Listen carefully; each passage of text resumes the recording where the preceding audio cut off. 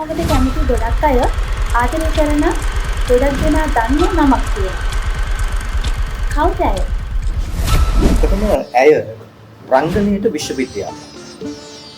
රංගන භූමිකාවෙන් පුංචි තිරේ විතරක් නෙවෙයි සිනමාව විතරක් නෙවෙයි අන්තර්ජාතික සිනමාවට අධ්‍යයගත්ත අපේ නිලි රැජින මාලිනී ෆොන්සේකා තමයි ඇය.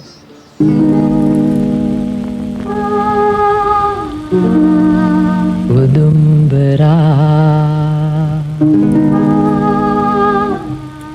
හිනහෙනවා මාලිනී ෆොන්සේකා මහත්මියගේ චරිතය ගත්තහම ඇය දෙස් විදෙස් සුපතල අපේ රටේ ඉන්න වටිනාම සම්පතක්. එතකොට ඇයගේ චරිතය තුළින් සිනමාවට වෙච්ච දායකත්වය කොච්චරක්ද කියන එක පොඩ්ඩක් මහින්ද පුංචි බබා චිත්‍රපටයෙන් මාලිනී ෆොන්සේකා සිනමාවට ප්‍රවිෂ්ඨ වෙනවා. මාගේ පුතුට මල් යහන සදන්නේ දැස සිහිනවැල්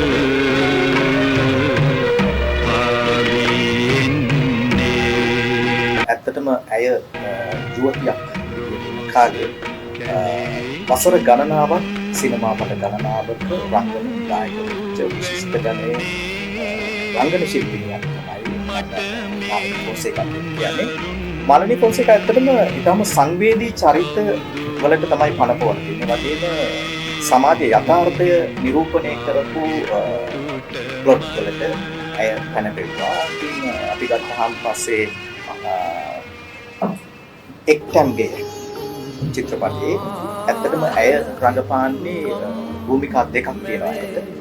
ඇය මුලින්ම එක්ටම්ගේ චිත්‍රපටයේදී ප්‍රේමවන්තයෙක් ඉන්නවා. පස්සේ ගෙදර අයගෙන් අකමැත්තක් නිසා ගෙදරින් යෝජනා කරන දොරිරත රියදුරෙක් තමයි විවාහ කරලා යන්නේ. නමුත් එයාගේ මනස ජීවත් වෙන්නේ පරණ පෙම්වතා. ඉතින් එක්ටම්ගේ චිත්‍රපටයේදී ඇය ආందోලනාත්මක චරිතයක් විශේෂයෙන් ප්‍රේමය වෙනුවෙන් ඇය ප්‍රේම කරන්නේ තවමත් පරණ පෙම්වතාට. හැබැයි පරණ පෙම්වතාට ආලය කරන අතරතුර තමන්ගේ විවාහ ජීවිතය ආරක්ෂා කරගන්න උත්සාහ කරනවා එක්ටම්ගේ චිත්‍රපටයේදී. ඉතින් එහෙම යුවතියෝ අද කාලේ ඕන තරම් අපේ සමාජයේ ඉන්නවා. ඒක ගත්තාම තාත්වික රංගනයක් මාලිනී ෆොන්සේකාගෙන් අපිට රංගනය තුළ දකින්න පුළුවන්.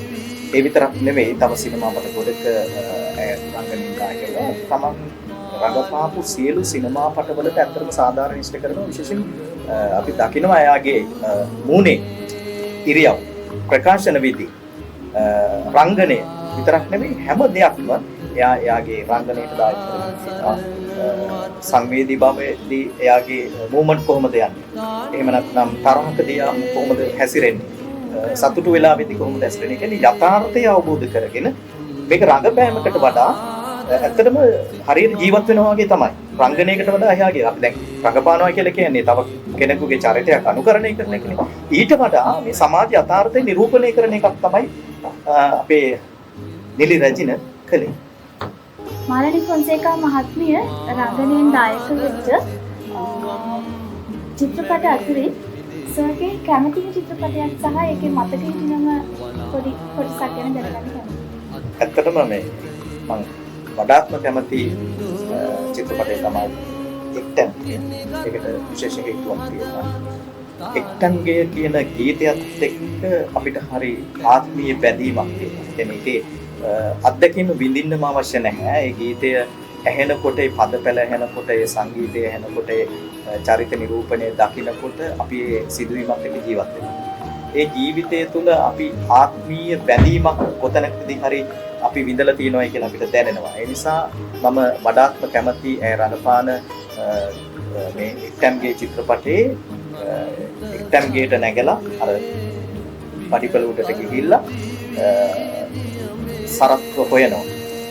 සරත්ව හොයගෙන ගිහිල්ලා පස්සේ බලනකොට සරත් ඉන්න එක තැනක මත්පැන් පානය කරලා එයාගේ කාමරය ඇතුළත රෙදි දිහාට මෙහාට විසිරලා රෙදි නෙමෙයි අතට මේ කඩමාළු වගේ සෝදලා නැහැ නිකන් එහෙ මෙහෙ දාලා කන්නේ බොන්නේ මොනවද කියලාවත් නැහැ. ඉතින් අර පරණ පෙම්වතා එයා දුක්ඛිත ජීවිතයක් ගෙවන්නේ. හැබැයි එය දුක්ඛිත කියනට වඩා තමන්ගේ ප්‍රේමවන්තිය පිළිබඳව හිත තමයි ජීවත් වෙන්නේ. ඒ දර්ශනය දකිනවා මේ ප්‍රේමවන්තිය කියන්නේ. එතකොටත් විවාහ වෙලා ඉවරයි ලොරික් රතිරියත් එක්ක. ඉතින් ඇවිල්ලා බලනකොට මෙහෙම ජීවිතයක් තමයි ගෙවන්නේ. ඉතින් අපේ සදාකාලිකයි ප්‍රේමය කියන එක අතීතයේ වර්තමානයේ අනාගතය. ඉතින් සමහර වෙලාවට අපි වැඩසටහන බලන් ඉන්න ගොඩක් අය ප්‍රේම කරලා ඇති, ප්‍රේම කරනවා ඇති, ප්‍රේම කරන්නේ ඇති. ඉතින් අපි ගත්තාම මේ අර මිය යන්නේ නැති ප්‍රේමයක් කියනවනේ. පළවෙනි ප්‍රේමයේ සමහර විට ඒකෙන්ම කෙලවර වෙන්නේ නැහැ විවාහය. ඉතින් මේ ප්‍රේමය හැමෝටම මතකයට එනවා මේ සිදුවීමත් එක්ක. කොච්චර ප්‍රේමණීය අවස්ථාවක්ද කියලා මට ඉතින් මතකයට නැගෙනවා. ඇත්තටම පස්සේ මේ නිදි රැජින මෙතනින් ඉවත් වෙලා යනවා. යනකොට සරත් එතන චරිතයේ උඩට ගිහිල්ලා කාමරේ දොරවගෙන ඇත්තටම අඬනවා. ඒ අඬන දිහා බැලුවාම පිරිමියෙක් වුණත් කොච්චර සංවේදී වෙනවද කියලා අපිට බලන්න පුළුවන්. ප්‍රේමයක් ඉදිරියේ පිරිමියෙක් බව සංවේදී වෙන අවස්ථාවක්. ඉතින් ඒක තමයි මගේ හිතගත්ත මාලනී ෆොන්සේකාගේ ෆිල්ම් එකේ වටිනාම තැන.